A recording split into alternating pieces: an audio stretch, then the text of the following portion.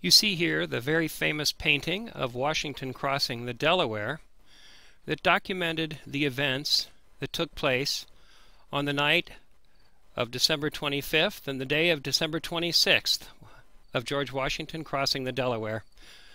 It would have been pretty stupid for him to be standing up in a boat like this on an ice-covered river as they went across, but it does show him being a very energetic leader, and certainly to do everything he did this particular night took a lot of energy and daring. So let's go on and look at what happened that night.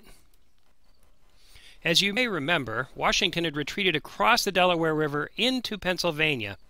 He has all the boats destroyed on his side of the river so the British cannot easily follow. The British slow the pace of their attacks, and then they literally return to New York to winter. At least the generals do, and they left the Hessians in charge of outposts in New Jersey, including those at Trenton and Princeton.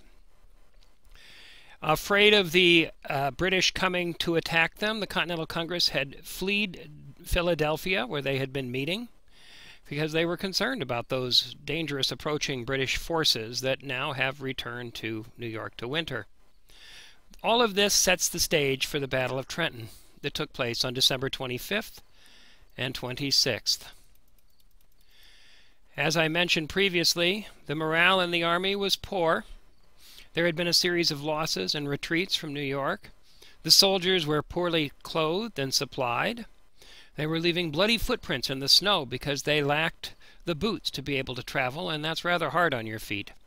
Many reenlistments were up on January 1st, and many troops were headed home soon, and they knew that. Washington's solution in looking around at this situation was a bold attack, and he wanted to do this while he still had the troops to do it. So he and his circle developed a plan, and their plan was to cross the Delaware River at 3 points and then converge on Trenton to surround the troops there. The British forces there, as I mentioned previously, were Hessians, hired mercenaries by the king to come and fight. And these forces had been ordered to construct defensive works around Trenton and in particular places in Trenton, and these were not built. The Hessian commander, whose name was Colonel Rall, had received messages of an attack, though not necessarily of Washington's, so he should have been aware or been concerned about being aware, but he ignored those messages. It's said that those messages were found in his pocket after this battle. He was killed in this battle, and so when they went through his pockets, they found these messages. There's some speculation that he didn't read them because he did not read English. So Washington recrosses the Delaware River at night, which is another amazing feat of boating. You may remember that Washington had relied on boatmen to get him across from Long Island to New York at night, and now he's relying again on them to get him across the Delaware River at night, even though it is a cold and dark night. The river was running with flowing ice, and so it was rather an amazing feat of boating. The forces under Washington headed out in the afternoon, marched out of town.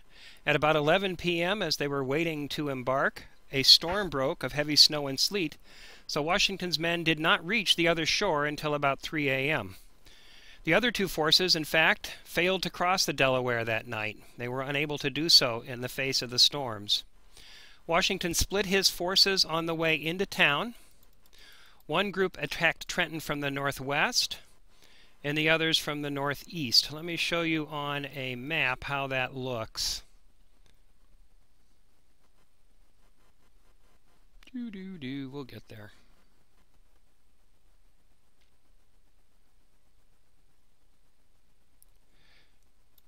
So you can see here that this is where they cross the river over here at this ferry, and then they take the road down this way. When they get this far, they divide their forces to those under General Greene and those under General Sullivan. Washington himself was with General Greene, and they converge on Trenton from the northwest and the northeast.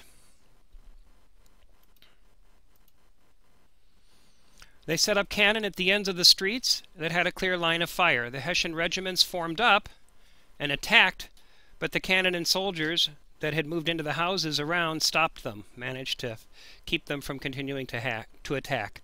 The Hessians fell back. They fell back and were confronted by the force behind them, and then turned across an unprotected bridge to go across into a field nearby, where they did reform and attack under Colonel Rall. And they managed to take some of the cannon back, but the colonials retook them and then used the cannons on the Hessians themselves. During the fighting, Colonel Rall fell, mortally wounded. As you may remember, this is the same Colonel Rall that led the Hessians to victory in the assault on the north side of Fort Washington. That second group that attacked from the northeast managed to cut off the retreat, and they ultimately did not need the other two forces that were supposed to have been converging on Trenton that evening. They were very efficient in their attack, so that by noon, Washington and his troops had returned across the Delaware, taking their prisoners and supplies. The toll, well, there were only 2 Americans killed and 5 were wounded. British, 22 killed, 86 wounded, and 906 Hessians captured. And a few British dragoons, but that's all. The impact, well, it had a huge impact. It re-energized the colonists and overturned the psychological dominance that the British Army had achieved in those in the latter part of 1776.